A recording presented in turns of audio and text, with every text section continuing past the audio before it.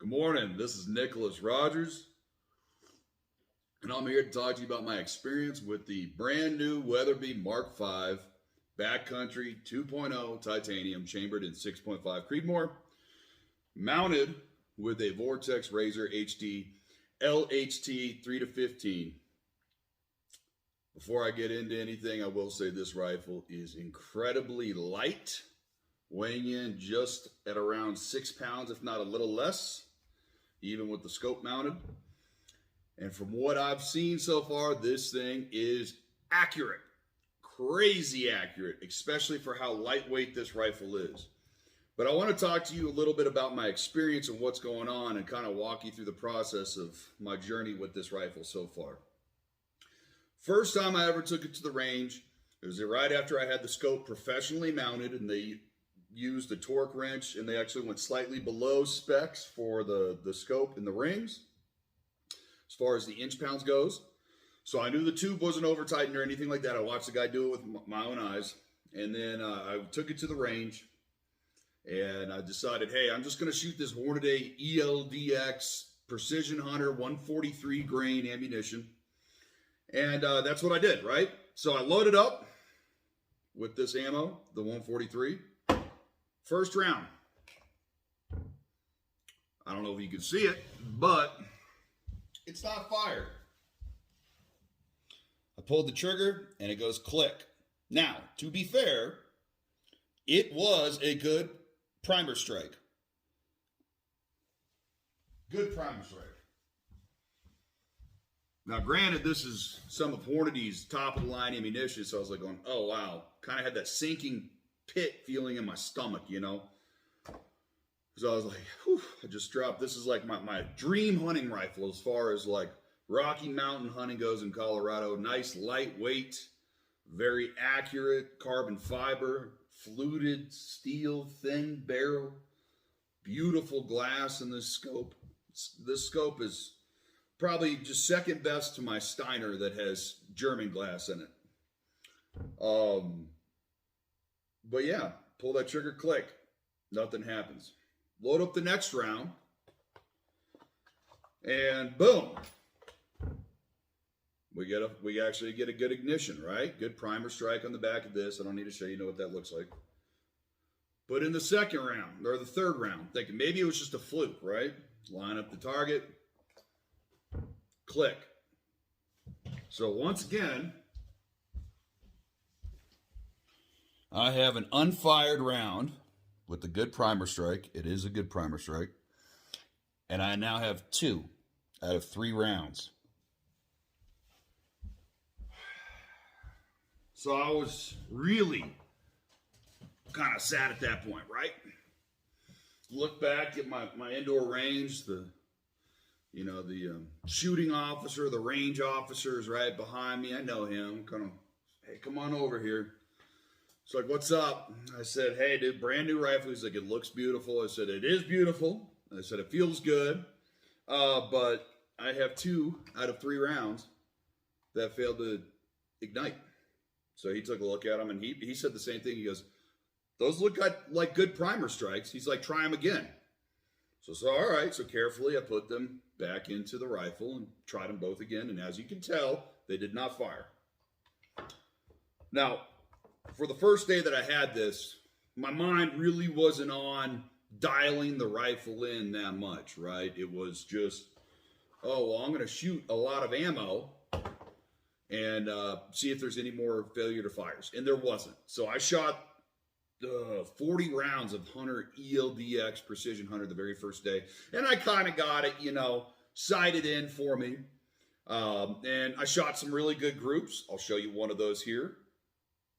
Not bad, 0.4 something, 0.47 MOA at 100 yards, 3-round group. Not bad with the hunting rifle, with hunting ammunition, especially that weighs this little. And but first day was just running the rifle through its paces, break in, shoot a couple rounds, clean the barrel, shoot a couple rounds, clean the barrel. Whew, a lot of cleaning on that first day, right? Especially shooting 40 rounds. So I bring the rifle home. And I started talking to the missus, and she's like, how was it? And I was like, it was beautiful. The rifle's great. Said I did have a couple of failure to fires, showed her these. So she's like, that's weird. She's like, do you think it's going to be an issue? I said, I don't think so, right? I fired 40 rounds and only the first 2 out of 3 I had issues with, right? So, which is strange because Hornady almost never has that type of issue. So if somebody wants to get into a debate in the chat about, or the comments below on what you think it was, whether it was a light primer strike or if it was just a finicky set of primers, which is kind of crazy that I got 2 in one box, and I don't think I've ever had a failure to fire with a decent primer strike from Hornady before. But get home, start cleaning the rifle really thoroughly, scrubbing it up. And one of the things that I noticed was I really love the Trigger Tech trigger that's in here as far as the zero creep, zero, like, it just, you put your finger on it, very, very true single stage trigger. Like, you put your finger there, there's pressure, and then it goes. But it doesn't move when there's pressure. It's a build up, bam, it goes. However, most of my rifles, I have adjusted or modified the triggers to shoot at around 2 pounds, and this just was a little bit heavy for my liking. I know what you're saying. Hey, you shot a .47 MOA group. Very true. I'm just used to a lighter trigger. Personally, I like it so that when I go hunting or at the shooting range, my finger is my safety, essentially. Like, the gun stays on safety until I'm ready to shoot, but then when I'm ready to shoot, take the safety off, I keep the finger off until I'm pretty much lined up, and then when I place the finger on the trigger, it's almost subconscious. I don't actually have to put a lot of effort into thinking about squeezing this finger. It just kind of works from my mind into my hand, and then boom, the rifle goes off. I did notice with the current configuration or the manufacturing configuration, probably around like 4 pounds is where I guess where it was at, and that's just, it might be perfect for you, might be light for you, but that was a little heavy for me, so I adjusted the trigger down to roughly 2.5 pounds. Still not as light as what I'm normally used to, but I think for a hunting rifle it will do well. So I ended up going back to the shooting range the next day. You're going to see my setup right here. All right, everybody, I'm here with the CZ457 Pro Varmint and the brand new Weatherby Mark V Backcountry 2.0 titanium, chambered in 6.5 Creedmoor. Today we're going to be shooting some 22 long rifle, Aguila, Ely, CCI, and then in 6.5 Creedmoor we have Cellar, Nosler, and 2 different Hornadies. Let's get to it. Okay, now you saw what I was shooting with at the range. You'll notice once again I was shooting my 22 alongside my 6.5. I do that on purpose to allow the barrel to cool down when I'm shooting. So I'll take a shot, put the rifle to the side, get my 22 over towards me, and then I'll shoot 5 to 10 rounds with that. And then after that, there's been enough time for the barrel to cool. I'll put the 22 back over, bring the rifle back to me. You'll notice in that video I had, I don't know, like 4 different types of 6.5 ammo, as well as I had a whole bunch of 22 ammo. Now, the ammunition that I have in front of me is actually what I shot yesterday. So I ended up only shooting this Hornady ELDX Precision Hunter yesterday because I really wanted to get this dialed into 0. So after cleaning the rifle, getting into the range, I noticed when I pulled the trigger, first bullet is about, it's about 1 inch low and 2 inches to the right from where I had zeroed it in the day before. So I was like, okay, let me make an adjustment, right? Click, click, click. So I did like, I think it was 7 clicks to the left because I was to the right. And then I did 4 clicks up, right? So that should put me pretty darn near the center. And for some reason, it like bugged out on me. Okay, when I made those adjustments, all of a sudden now it was shooting like high and to the left, if I remember correctly. So I have the picture of the first one here. As you can see, this group was a pretty tight group, 0.5 MOA group, not bad. But you'll notice that it needs to come down 0.84 and it needs to go to the left 0.8 or something like that as well. So I make those adjustments, and this is the next group. So you can see in this one that Once again, I still need to come down 0.84, and I need to go over like a half at this point, right? So I had just previously made an adjustment of 3 clicks down, and I made an adjustment of like 3 clicks over, 4 clicks over, and now I need to make an adjustment of still 3 clicks down and roughly 2 to 3 clicks over towards center. So I make these adjustments, right? Now, that last group was 0.9 MOA. It wasn't that great, but it still is better than it's sub MOA, right? I'm shooting a hunting rifle, just trying to get it zeroed in with extremely, just hunting loads, right? So I'm not using match grade ammo or anything like that, even though Hornady Precision Hunter is pretty darn close. So here's the final round that I shot, right? This is it. First off, amazing group. 0.42 MOA at 100 yards with 3 round groups. That's amazing. I don't care what rifle you're shooting at 100 yards, but if you're shooting a hunting setup and it's this light and you're using hunting ammunition, shooting that at 100 yards is A-okay in my book, and it should be in yours as well. However, you'll notice I finally got the grouping to be pretty much dead center as far as vertical. I don't know where you get your delusions, again, laser brain. Or side to side with the windage. But once again, vertically, I'm still almost a half MOA or a half inch above zero. So at this point, I had made multiple adjustments, and it should have me from where I originally was, like an inch up, inch left. I should now be, based off of my adjustments, I should be well underneath my target. Not only that, but well over to the right. So something's going on with my scope. That's what I wanted to bring up. Something was going on with my scope. So I stopped there because this stuff isn't cheap, right? Ammunition isn't cheap right now, especially when you're paying like $43 a box for this. There's 20 rounds. You're paying over $2 a round. It's a lot of money, right? So I left, called up Hornady, or not Hornady, Vortex. Awesome customer service. One of the reasons why I bought this scope was because I imagine this scope is going to get beat up as a Rocky Mountain hunting scope, where I'm going to be climbing over rocks, going down steep hillsides, banging it into trees. It's going to get beat up, and I just wanted to make sure that I had a great warranty with it. Also, Weatherby has a phenomenal warranty with the rifles as well. So that's why I paired this together.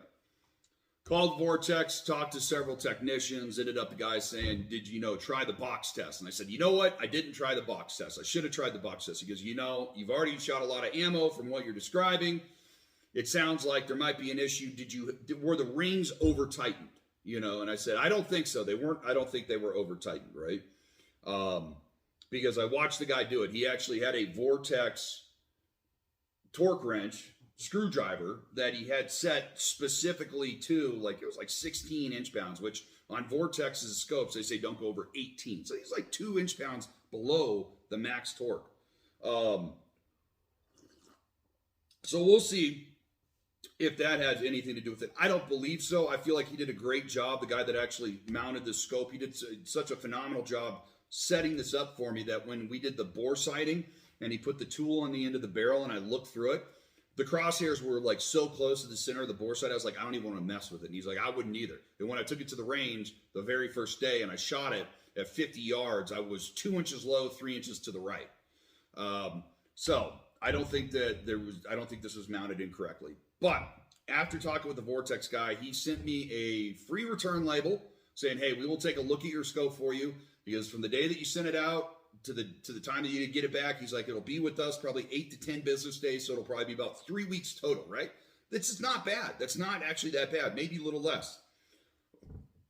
And he's given me the option of just not even doing the box test on it and just sending it in. I don't know if I'm going to do that. I think I want to shoot the box test. So that brings me to this point right now. I'm going to go to the range and I'm going to shoot a box test, and you guys are going to get to watch what it does. If you don't know what a box test is, it's the way that you can test the trackability in a scope. The scope holds accuracy, as you can see from the tight groups that I'm shooting with it. But what I'm concerned about is the elevation and windage adjustments in the knobs aren't actually moving the crosshairs where they need to be going, right? So with the box test, what I'll do is, let's say I start off with this target, aim here, and then it's a 1, 2, 3, 4, 5, 6, 7, 8, 9, 10 MOAs up, right? So if it's a quarter click per, or quarter MOA per click, that's 40 clicks up, okay? So then what I'll do is I'll do 40 clicks up, but I'll still aim here, and then when I shoot, it should hit in this target right here. Then what I'll do is I have 1, 2, 3, 4, 5, 6, 7, 8, 8.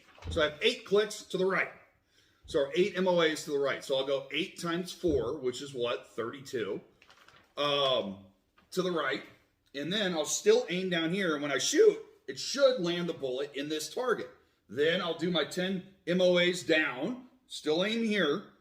But it should hit in this. And then I'll do 8 MOAs back over to this box. And it should put me back on top of my original shot. My original round that I fired with the box test. That's how you know the trackability in your scope is working. And that's what they do actually at Vortex. That's what they said they'll do with this rifle. So I just want to go and make sure that I know for a fact that this is not tracking correctly, or maybe it was me somehow. Now, considering how well my groups were, I don't think it was me. Because that would be some sort of weird voodoo magic where I was able to mentally compensate for adjustments in a scope for multiple shots and make myself still shoot really tight groups. I'm talking real tight groups. I mean, this is at 100 yards in the middle of this is what I shot with 3 rounds. So I don't think it was me, but we'll see. Maybe it just needs, I haven't really cranked on it that much either. Like I said, when we bore sighted it, it was almost dead nuts. So maybe it just has to get worked a little bit. You know what I mean? Maybe working these dials in will work this scoping. I don't know. But follow me along. We're heading to the range. All right, I'm back at the range. I have the 6.5 Weatherby ready to go. Just shot 5 rounds of some 22 to get myself relaxed. Got my Precision Hunter set up to 100 yards. I'm going to take 1 shot as a fouling shot, center of target, and then start in on that box test.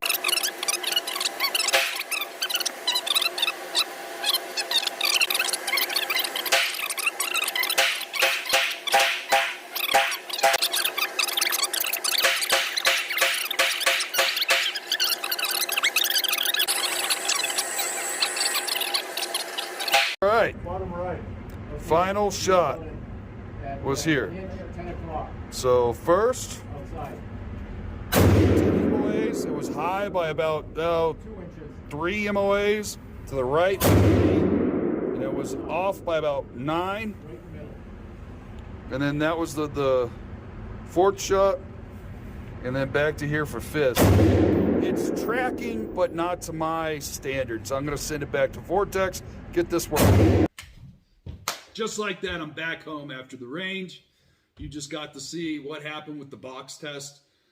Was the scope tracking? Absolutely.